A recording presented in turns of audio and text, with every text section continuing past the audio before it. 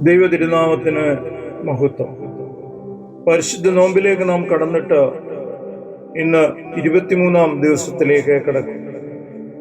ഇന്നത്തെ അല്പനേരത്തെ ധ്യാന ചിന്തയ്ക്കായി ഉൽപ്പത്തി പുസ്തകം 28-ാം അധ്യായത്തിന്റെ 16-ാം തിരുവചനം.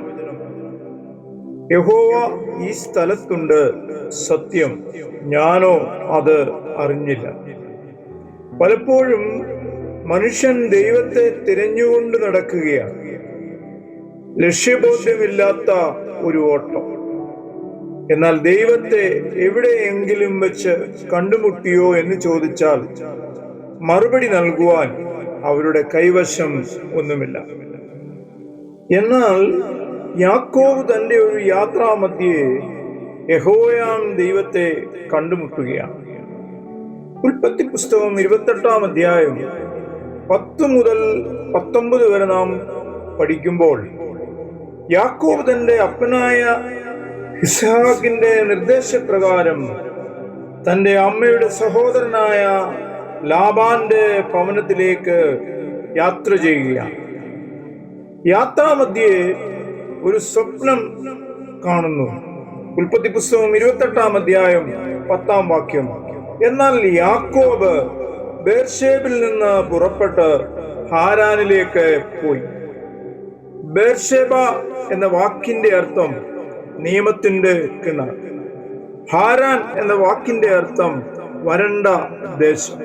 അപ്പോൾ യാക്കോബിന്റെ യാത്ര നിയമത്തിന്റെ കിണറരികിൽ നിന്നും വരണ്ട ദേശത്തേക്കായിരുന്നു. ഉൽപ്പത്തി പുസ്തകം 28-ാം അധ്യായം 11-ാം വാക്യം പറയുന്നു, അവൻ ഒരു സ്ഥലത്ത് എത്തിയപ്പോൾ സൂര്യൻ അസ്തമിക്കൊണ്ട് അവിടെ രാപ്പാർത്തു. അവൻ ആ സ്ഥലത്തെ കല്ലുകളിൽ ഒന്നെടുത്ത് തലയണയായി വെച്ചു, അവിടെ കിടന്നുറങ്ങി. ഹാരാനാണ് തന്റെ ലക്ഷ്യസ്ഥാനമെങ്കിലും ദൂരത്തിന്റെ ദൈർഘ്യത്താലും ഇരുൾ വ്യാപിച്ചതിനാലും വിശ്രമിപ്പാൻ തക്കവണ്ണം അവൻ ആഗ്രഹിച്ചു. സുഖനിദ്രയ്ക്കായി ഒരു കല്ല് തലമണയായി വെച്ച് ഉറങ്ങുമ്പോൾ യാക്കോബ് ഒരു സ്വപ്നം കാണുകയാണ്. ഉൽപ്പത്തി പുസ്തകം 28-ാം അധ്യായം 12-ാം വാക്യം അത് രേഖപ്പെടുത്തിയിരിക്കുന്നു.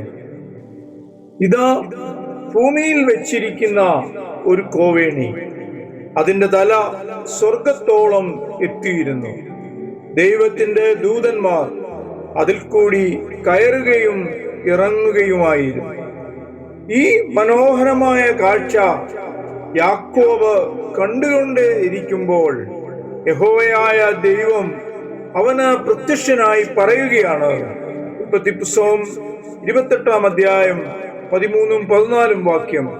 ഞാൻ നിന്റെ പിതാവായ അബ്രഹാമിന്റെ ദൈവവും ഇസ്ഹാക്കിന്റെ ദൈവവുമായ യഹോവ ആകുന്നു.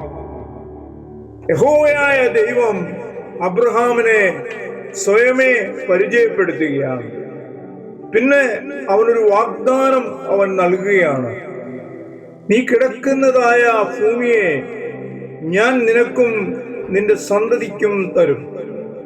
നിന്റെ സന്തതി ഭൂമിയിലെ പൊടി പോലെയാകും. നീ മുഖാന്തരവും നിന്റെ സന്തതി മുഖാന്തരവും ഭൂമിയിലെ സകല വംശങ്ങളും അനുഗ്രഹിക്കപ്പെടും. വാഗ്ദത്തം നൽകിയ ശേഷം അവനെ വീണ്ടും ധൈര്യപ്പെടുത്തുകയാണ് 15-ാം വാക്യത്തിൽ കൂടി. ഇതാ ഞാൻ നിന്നോട് കൂടെയുണ്ട്, നീ പോകുന്നിടത്തൊക്കെയും നിന്നെ കാത്ത് ഈ രാജ്യത്തേക്ക് നിന്നെ മടക്കി വരുത്തും. ഞാൻ നിന്നെ കൈവിടാതെ നിന്നോട് അരുളി ചെയ്തത് നിവർത്തിക്കും. ഇത് കേട്ടുകൊണ്ട് യാക്കോബ് ഉറക്കത്തിൽ നിന്നും എഴുന്നേൽക്കുകയാണ്.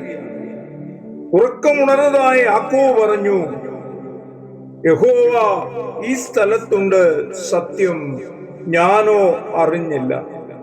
നാമും ഈ സത്യം പലപ്പോഴും അറിയാതെ പോകുകയാണ്.